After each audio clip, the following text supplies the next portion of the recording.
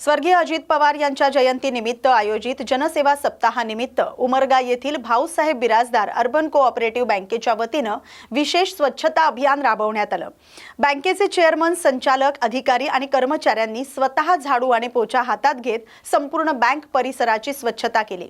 स्वच्छता, शिस्त आणि सामाजिक बांधिलकीचा संदेश देत स्वर्गीय अजित पवार यांना अभिवादन करण्यात आलं। यावेळी चेअरमन प्राध्यापक सुरेश दाजी बिराजदार यांनी अजित पवार यांनी दिलेल्या स्वच्छता आणि ग्राहकाभिमुख सेवेच्या संदेशाचं पालन करण्यासाठी हा उपक्रम आयोजित केल्याचं सांगितलंय। अभियानापूर्वी त्यांच्या प्रतिमेचं पूजन करण्यात आलं। या उपक्रमात बँकेचे पदाधिकारी, अधिकारी, कर्मचारी तसंच विविध क्षेत्रातील मान्यवर मोठ्या संख्येने सहभागी झाले। उपस्थितांनी या सामाजिक उपक्रमाचं स्वागत करत स्वच्छता हीच सेवा हा संदेश समाजापर्यंत पोहोचवला। छत्रपती संभाजीनगर जिल्ह्यात सुरू असलेल्या नशामुक्त आणि बालविवाहमुक्त अभियानाला विद्यार्थ्यांचा उत्स्फूर्त प्रतिसाद मिळतोय। शहरातील विविध शाळांच्या विद्यार्थ्यांनी जनजागृती रॅली काढून व्यसनमुक्ती आणि बालविवाह रोखण्याचा संदेश दिला। विद्यार्थ्यांनी फलक, घोषवाक्य आणि जनजागृतीपर संदेशांच्या माध्यमातून नागरिकांचं लक्ष वेधलं।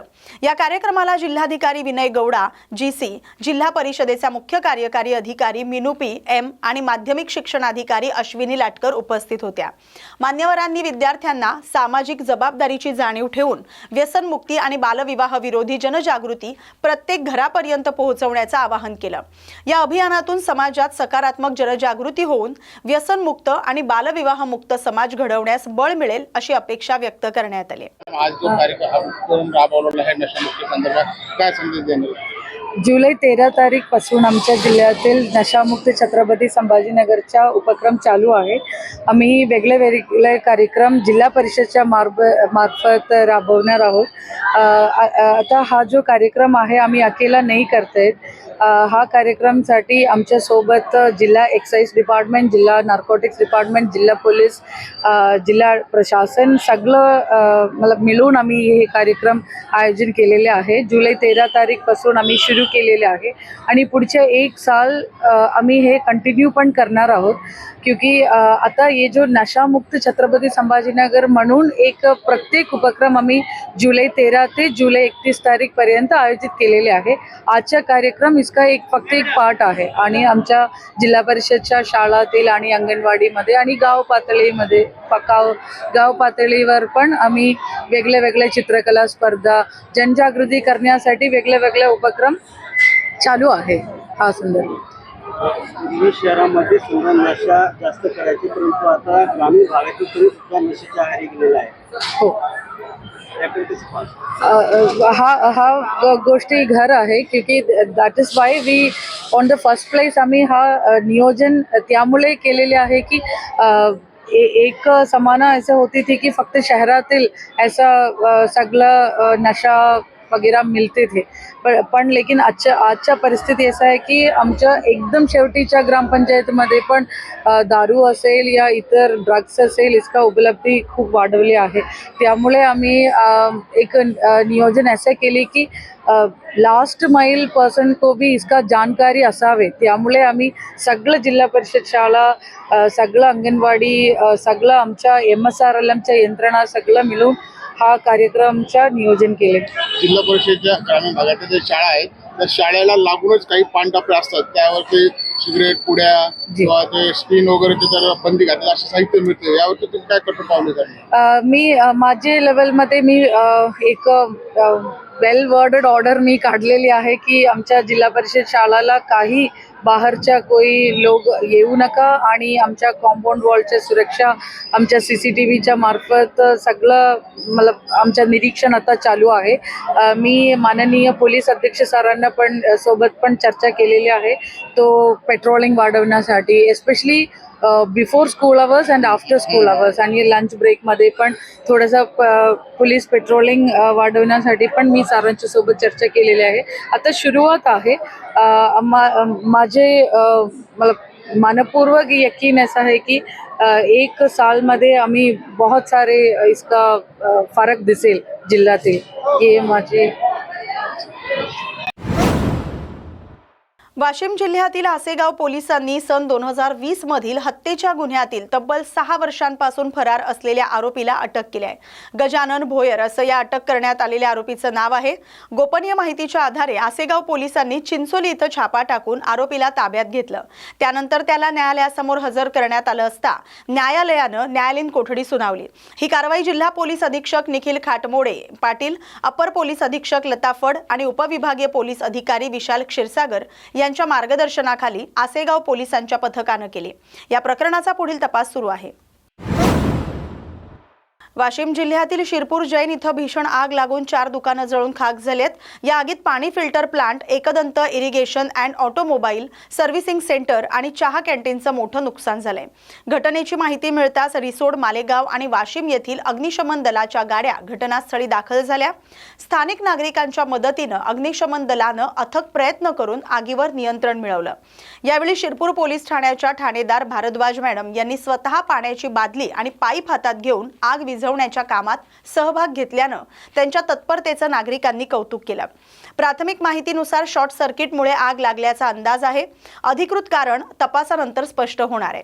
सुदैवाने या घटनेत कोणतीही जीवितहानी झाली नसली तरी 4ही दुकानदारांचं लाखो रुपयांचं नुकसान झाल्याचा प्राथमिक अंदाज आहे. नांदेड जिल्ह्यासह लोहा तालुक्यात काही भामटे स्वतःला पोलीस अधिकारी असल्याचं भासवून नागरिकांची फसवणूक करत असल्याच्या घटना समोर येत आहेत. या पार्श्वभूमीवर नांदेड जिल्ह्याचे पोलीस अधीक्षक निलाब रोहन यांनी नागरिकांनी सतर्क राहावं, कोणतीही शंका आल्यास तातडीनं जवळच्या पोलीस ठाण्याशी संपर्क साधावा असं आवाहन केलंय. अनोळखी व्यक्ती पोलीस असल्याचं सांगून पैसे दागिने मागत असल्यास त्यांच्यावर विश्वास ठेवू नका. संशयास्पद हालचाली दिसल्यास त्वरित पोलिसांना माहिती देऊन फसवणूक टाळावी असं पोलीस अधीक्षक निलाब रोहन यांनी स्पष्ट केलंय. नांदेड जिल्ह्यात काही दिवसापूर्वी काही क्रिमिनल्स खोटा पोलीस म्हणून ते काही ज्येष्ठ नागरिकांना दुपारी किंवा संध्याकाळी रात्री अडवतात आणि त्यांना असं एक आय कार्ड दाखवतात की मी पोलीसवाला आहे, माझ्याकडे आय कार्ड आहे, तुम्ही कुठे अंगठी घालून जाताय आणि अंगठी काढा काका असं बोलून की मी स्वतः पोलीसवाला आहे, तुम्ही असं दिवसा असे अंगठी घालून तुम्हाला फिरणे योग्य नाही आहे, बाहेर क्रिमिनल्स आहेत, बाहेर रॉबर्स आहेत असं त्यांना सांगतात की तुम्ही अंगठी काढून जेबमध्ये घाला. तर जेव्हा ते अंगठी काढून जेबमध्ये टाकतात तेव्हा ते बोलतात की आता एकदा बघू, ते रॅपमध्ये करा. तर रॅप करून ते जेबमध्ये टाकतात आणि मग ते एक्सचेंज करतात. असं प्रकारचे काही प्रकरण चालू आहे. तर सर्व नागरिकांना, खास करून ज्येष्ठ नागरिकांना माझी विनंती आहे, एक आवाहन आहे की कुठलाही पोलीसवाला तुम्हाला युनिफॉर्म मध्ये किंवा नॉन युनिफॉर्म मध्ये तुम्हाला रस्त्यामध्ये अडवून कोणीही तुम्हाला अंगठी काढायला किंवा तुमचे पैसे बाहेर काढून दाखवा असं कोणी सांगत नाही.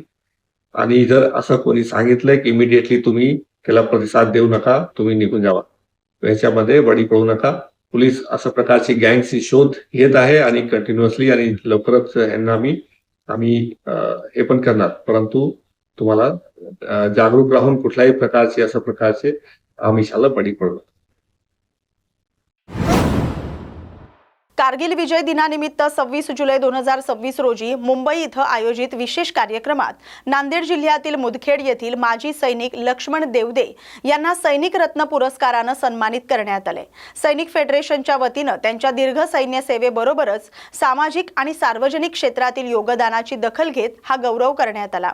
लक्ष्मण देवदे यांनी भारतीय सैन्यात सेवा बजावत आसाम, मिझोरम, नागालँड, पंजाब आणि जम्मू काश्मीरसह अनेक संवेदनशील भागात कर्तव्य पार पाडलं. तसंच ऑपरेशन ब्लू स्टारच्या काळात आणि श्रीलंकेतील भारतीय शांती सेनेच्या मोहिमेतही त्यांनी उल्लेखनीय सेवा बजावली. त्यांच्या या सन्मानाबद्दल मुदखेड परिसरातून अभिनंदनाचा वर्षाव होतोय.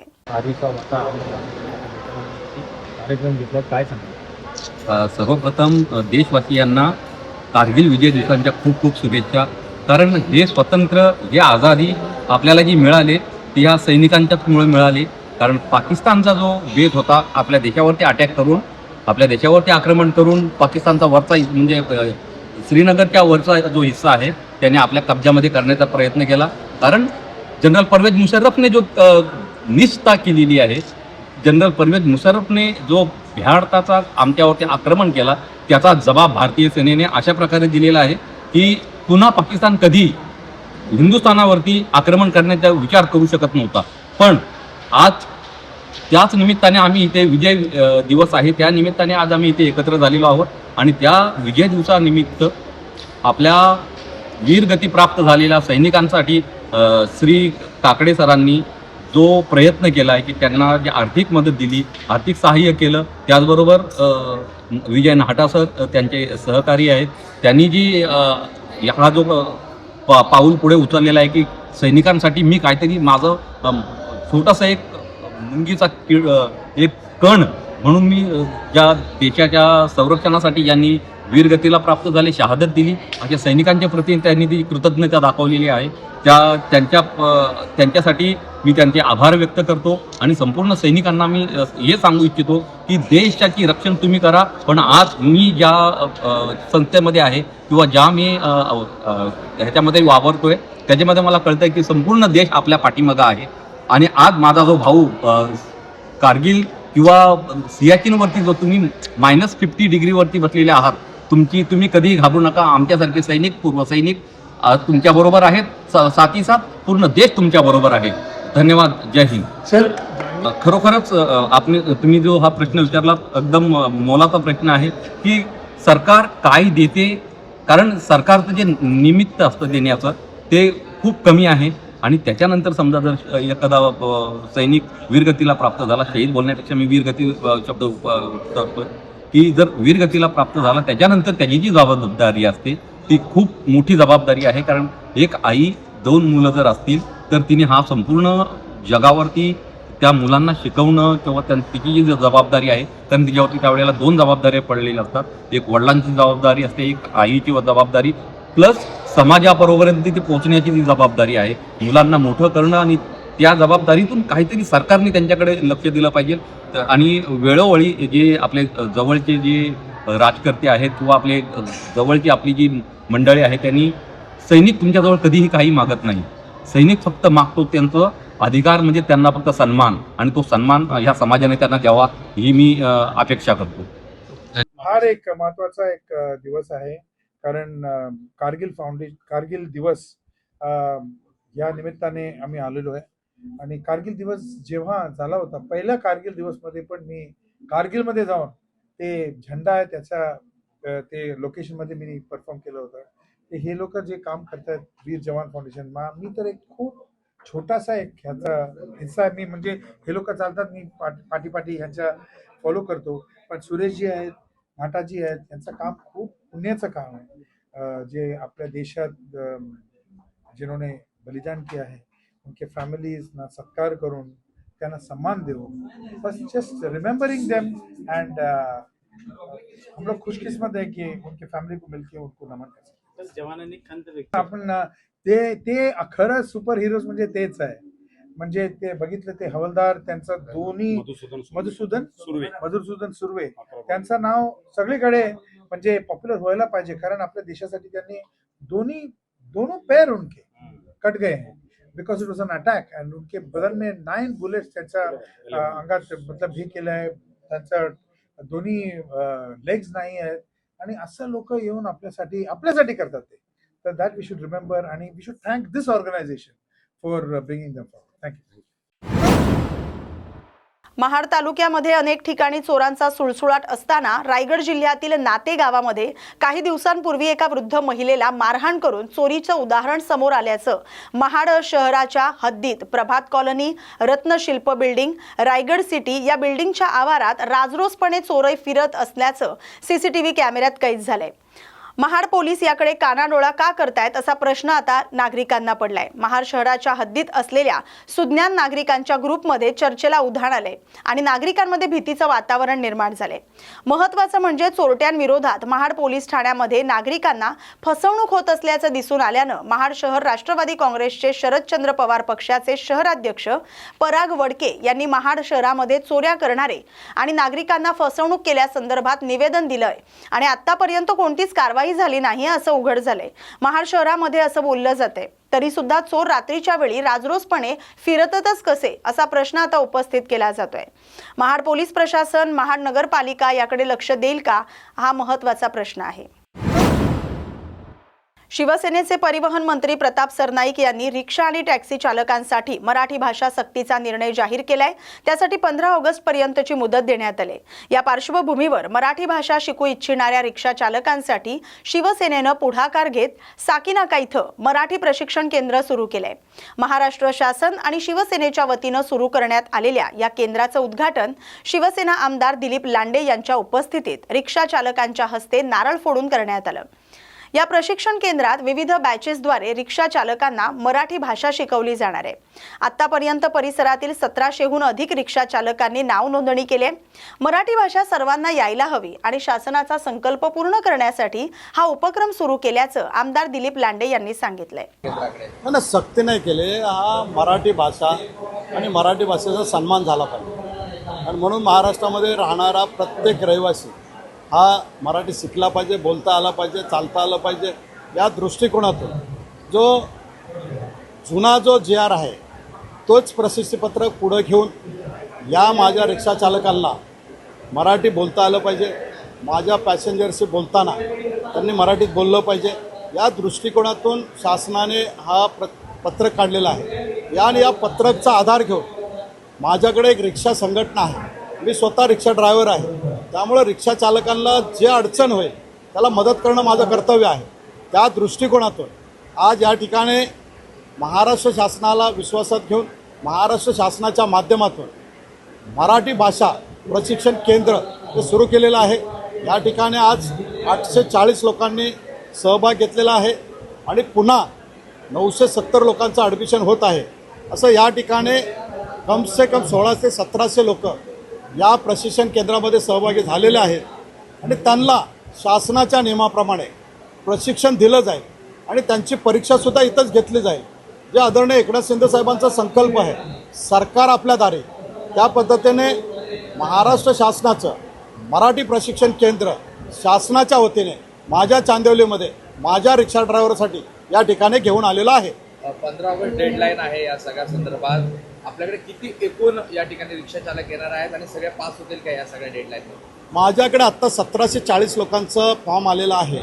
1740 लोक या ठिकाणी प्रशिक्षण घेणार आहेत आणि मी जे आत्ता पाहिलेलं आहे की बऱ्याचशा लोकांना कमीत कमी 90 ते 95% लोकांना ही मराठी भाषा कळते, बोलायला थोडी अडचण होते, त्यामुळं आत्ता ते बोलायला पण शिकलेले आहेत। त्यामुळं रिक्षा चालक स्वतःचा व्यवसायासाठी आपल्या कुटुंबाच्या परिवारासाठी ते मराठी भाषेचा आदर करणार हे करणार। असे केंद्र आता ठिकठिकाणी सुरू होणार आहेत का? आपल्याकडे एक केंद्र सुरू झालं आहे, मात्र महाराष्ट्र शासनाने शिवसेनेच्या वतीने असे ठिकठिकाणी होणार आहेत का? नाही, या ठिकाणी माझी जिम्मेदारी आहे।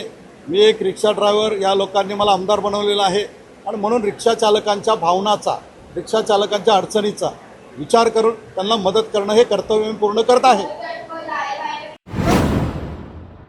पुणे अहिल्यानगरकडून मुंबईच्या दिशेनं प्रवास करणाऱ्यांसाठी एक महत्त्वाची बातमी समोर आली। कल्याण अहिल्यानगर राष्ट्रीय महामार्ग क्रमांक 61 वरील माळशेज घाटात जुन्नर तालुक्यातील करंजाळे गावाजवळ रस्ता खचल्यानं प्रशासनानं घाट मार्गावरील सर्व प्रकारची वाहतूक तात्पुरती बंद केली आहे। प्रवाशांच्या सुरक्षिततेच्या दृष्टीनं आणि वाहतूक कोंडी टाळण्यासाठी पुण्याचे जिल्हाधिकारी जितेंद्र हुडी यांनी वाहतूक बंद करण्याचे आदेश जारी केले। दरम्यान माळशेज घाटावरील वाहतूक आळेफाटा, नारायणगाव, खेड, चाकण, तळेगाव, MIDC, लोणावळा, खोपोली आणि मुंबई या पर्यायी मार्गाने वळवण्यात आले। प्रवाशांनी प्रशासनानं सुचवलेल्या पर्यायी मार्गाचाच वापर करण्याचं आवाहन प्रशासनाकडून करण्यात आले।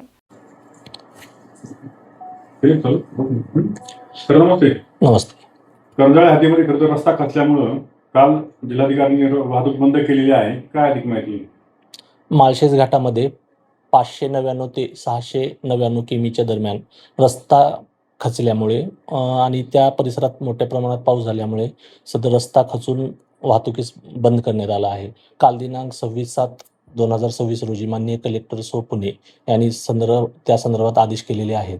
तरी सदर मुरबाड साईडला अहिल्यानगरकडून जाणारी जी वाहतूक आहे ती आळेफाटा, नारायणगाव, चाकण मार्गे वळवण्या संदर्भात आदेश प्राप्त झाले आहेत। तरी वाहतूक जे करणार आहेत त्यांनी त्या मार्गाचा अवलंब करावा। 2 मार्ग काहीतरी वाहतूक वळवली आहे, नाशिक किंवा मग दुसरं पुणे मार्गे? पुणे चाकणमार्गे. किती दिवस हे बंद राहणार आहे त्यावर काही माहिती? सदर ठिकाणी सध्या पावसाचा जोर कायम आहे आणि काम करण्यास पण अडथळे तयार होत आहेत. जसं कामास सुरुवात होऊन जेवढ्या लवकर काम पूर्ण होईल तेव्हा तो वाहतुकीस परत पूर्ववत करण्यात येईल. स्थानिक नागरिकांना काही प्रतिबंध आहेत का याच्यामध्ये? यामध्ये स्थानिक नागरिकांना पिंपळगाव जोगा तसेच खिरेश्वर धरण या मार्गे पण वाहतूक करण्यास मुभा आहे. ते त्या मार्गाचा अवलंब करू शकतात. इतर लोक असतील, इतर पर्यटनासाठी येणारे आहेत, त्यांनी सदर मार्ग टाळावा. तर आता जुन्नर तालुक्यातील अनेक लोक जे आहेत ते मुंबई स्थित आहेत, तर त्यांना जर गावी यायचं असेल तर त्यांनी काय काळजी घेतली पाहिजे? कुठल्या मार्गाने? मुरबाड मार्गे जे अहिल्यानगरकडे जाणारे वाहतुकीसाठी जे लोक आहेत त्यांनी खिरेश्वर मार्गे जो पर्याय आहे त्याचा मार्ग अवलंब केला तरी काही अडचण येणार नाही. सदर रस्ता हा थोडासा त्या साईडला धुके वगैरे असते, त्याची काळजी करून त्यांनीच वाहतुकीसाठी उपलब्ध आहे तो रोड. या ठिकाणाहून जी तरकारीची वाहतूक होते त्याबद्दल आपण काय सांगू? सदर तरकारी करणारे वाहतूकदार आहेत त्यांना सदर रोडबाबत पूर्णपणे माहिती आहे. त्यांना पण आम्ही आवाहन केलेलं आहे की इतर पर्यायी मार्गाचा अवलंब त्यांनी करावा. तसेच त्यांना खिरेश्वर पिंपळगाव जोगा हा दुसरा पण पर्यायी मार्ग आहे, तो थोडासा खडतर आहे पण व्यवस्थित आहे, त्या मार्गाचा पण ते अवलंब करू शकतात. धन्यवाद. भंडारा जिल्ह्यातील साकोली पोलिसांनी अंमली पदार्थांविरोधात मोठी कारवाई करत गांजाची तस्करी करणाऱ्या टोळीचा पर्दाफाश केलाय. गुप्त माहितीच्या आधारे साकोली टोल नाक्यावर सापळा रचून रायपूरहून नागपूरकडे जाणारा ट्रक अडवण्यात आलाय. तपासणी दरम्यान ट्रकमधून 399 किलो 560 ग्रॅम गांजा जप्त करण्यात आलाय. या जप्त गांजाची किंमत 99,78,000 असून 35 लाखांचा ट्रक असा एकूण 1,34,00,000 रुपयांचा मुद्देमाल पोलिसांनी जप्त केलाय. या प्रकरणी ट्रक चालक पंकज कुमार भूषण यादव हे बिहारमधून आणि क्लीनर बापी बादल मलिक हा पश्चिम बंगालमधून याला अटक करण्यात आले. त्यांच्या विरोधात MDPS कायद्यान्वये साकोली पोलीस ठाण्यात गुन्हा दाखल करण्यात आलाय. पुढील तपास सुरू आहे. नमस्कार. काल 27/7/2026 रोजी भंडारा जिल्ह्याचे साकोली पोलीस स्टेशन अंतर्गत एक गांजेवर मोठी कारवाई भंडारा पोलिसांनी केलेली आहे. याच्यामध्ये जे सेंदूर बाफा टोल नाका आहे तिथे गोपनीय माहितीच्या आधारावर एक गाडी आम्ही इंटरसेप्ट केले. त्या गाडीमध्ये 200 kg गांजा जप्त भंडारा पोलिसांनी केलेला आहे. याच्यामध्ये 2 आरोपी आतापर्यंत अटक झालेले आहे आणि यामध्ये जे मुद्देमाल आहे गांजेची किंमत सुमारास 1 कोटीची आहे आणि टोटल मुद्देमाल मिळून 1,34,80,000 रुपयाचा मुद्देमाल भंडारा पोलिसांनी जप्त केलेला आहे. त्याच्या फॉरवर्ड आणि बॅकवर्ड लिंकेज आता चालू आहे.